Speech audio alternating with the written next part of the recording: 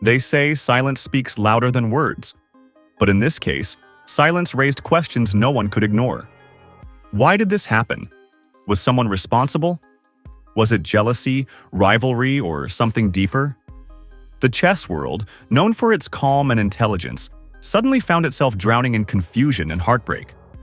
It all began when whispers turned into questions, and questions turned into headlines. People online were saying strange things about Daniel Naroditsky's final days, about what might have pushed him to the edge, and about those who had challenged his reputation. Was he under pressure? Was he misunderstood? Or was it simply the crushing weight of public judgment? The truth, as it always does, began to surface slowly. Not through rumors, but through real voices from those who knew him best. Daniel Naroditsky was not just a grandmaster. He was the heart of a generation that saw chess come alive again. A teacher, commentator, streamer, and a bridge between the game's old traditions and its new digital age. Fans called him Danya, a name that carried warmth, humility, and respect. So when news broke that the 29-year-old American grandmaster had died, the world was left in shock. His death was described as unexpected in an official statement released by his club, the Charlotte Chess Center, which called him a cherished member of the chess community, admired and respected by fans and players around the world. No cause of death was announced, and that silence only deepened the mystery. Online, emotions clashed with confusion. Some mourned quietly, others began looking for answers. Before his death, Naroditsky had been dealing with online controversy.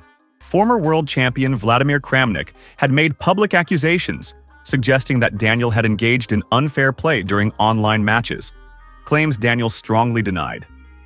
On his final Twitch stream, Naroditsky seemed drained but determined, defending his integrity with calm resolve. He spoke not as a man angry at accusations, but as someone trying to hold on to dignity in the middle of chaos. Shortly after his passing, chess fans worldwide demanded clarity. The World Chess Federation, FIDE, confirmed that it was reviewing the matter and examining the online exchanges that had taken place before his death. FIDE CEO Emil Sutovsky told Reuters that the organization was looking into the remarks made publicly by Kramnik. When approached, Kramnik declined to comment further, saying he would rather tell the story in whole. He later expressed sorrow at Daniel's passing, calling it a tragedy and urging that the matter be investigated properly by authorities. But while investigations were being discussed, emotions ran high in the chess world.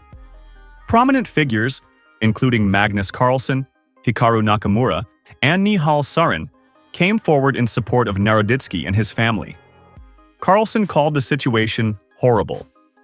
Sarin wrote, "The relentless, baseless accusations and public interrogations he faced caused him immense pressure and pain. When respected figures spread unfounded allegations without accountability, real lives are destroyed." His words captured what many had felt but couldn't articulate: that behind every username, every stream, and every leaderboard score, there's a human being who can only take so much. Nihal Sarin's post continued.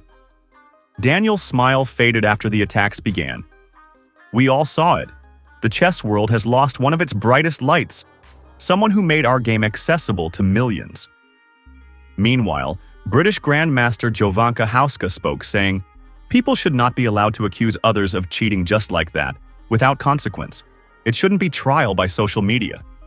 Her words reflected the growing concern about online culture, how quickly opinions turn into judgments, and how easily a person's name can become a target. As FIDE's review continued, tributes poured in.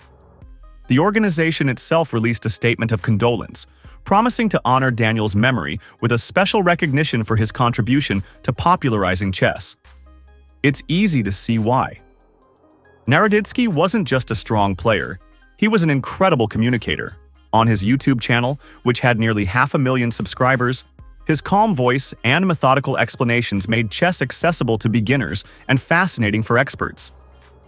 His Twitch streams were filled with laughter, learning, and humility, a rare combination in a competitive world. Even those who never met him felt like they knew him personally. Viewers described his videos as therapy sessions with a chessboard. His kindness wasn't just visible, it was contagious, After his passing, social media was flooded with tributes from fans around the world. People shared screenshots, clips, and memories. Some wrote about how his videos had helped them overcome loneliness during lockdowns. Others recalled his patience when analyzing viewer games, never mocking mistakes, always encouraging growth.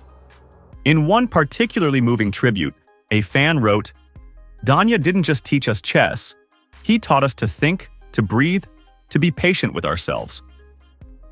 The Charlotte Chess Center, where he taught and mentored countless young players, became a gathering place for mourners. Candles, flowers, and notes covered the entrance. Children who had learned their first opening from him left hand-drawn cards and messages. Though no official funeral details were made public, it was confirmed that his memorial service was held privately, attended by close family members, students, and a few of his peers. Those who were there described it as quiet, emotional, and filled with love. The kind of farewell Daniel himself would have wanted. Humble, sincere, and free from spectacle. Friends spoke about his generosity, his humor, and the calmness he carried even under pressure. One of his closest colleagues reportedly said, "He had a way of making everyone in the room feel smarter, calmer, and seen. That's rare." At the same time, discussions about mental health and online harassment in chess grew louder. Streamers, fans, and organizations began calling for reforms, not only to protect players from false accusations, but to create safer spaces for open dialogue. Nakamura, who had long been a friend and occasional collaborator of Naroditsky, urged the community to treat one another with empathy, reminding his followers that no championship, no title, and no click is worth someone's peace of mind. In many ways, Daniel's passing became a mirror for the chess community, forcing it to confront the darker side of online fame and the human cost of digital scrutiny. As the weeks passed, FIDE reaffirmed its commitment to investigating the events leading up to the tragedy, while also working to preserve Daniel's legacy. They announced that his name would be honored in future educational initiatives aimed at promoting fair play and mental wellness among players. For many fans, though, no investigation or award could fill the void left behind. They remember him not just as a grandmaster or a streamer, but as a voice that brought warmth to a cold board of 64 squares. In his final months, despite the storms he faced, Daniel never stopped teaching. His last videos, calm, composed, deeply insightful, stand as a lasting testament to who he truly was. He didn't let bitterness take over. He didn't fight hate with hate.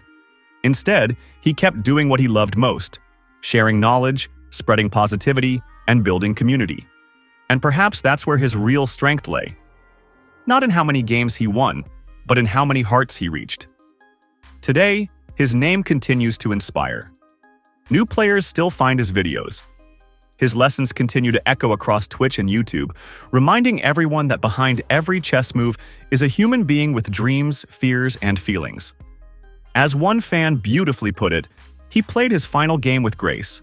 And even though he's gone, his spirit still guides us through every move we make. The world of chess may never fully recover from the loss of Daniel Naroditsky, but in every corner of the internet, in every tournament where a young player sits nervously across the board, his influence is still there, quiet, kind, and wise. And maybe that's what immortality truly looks like.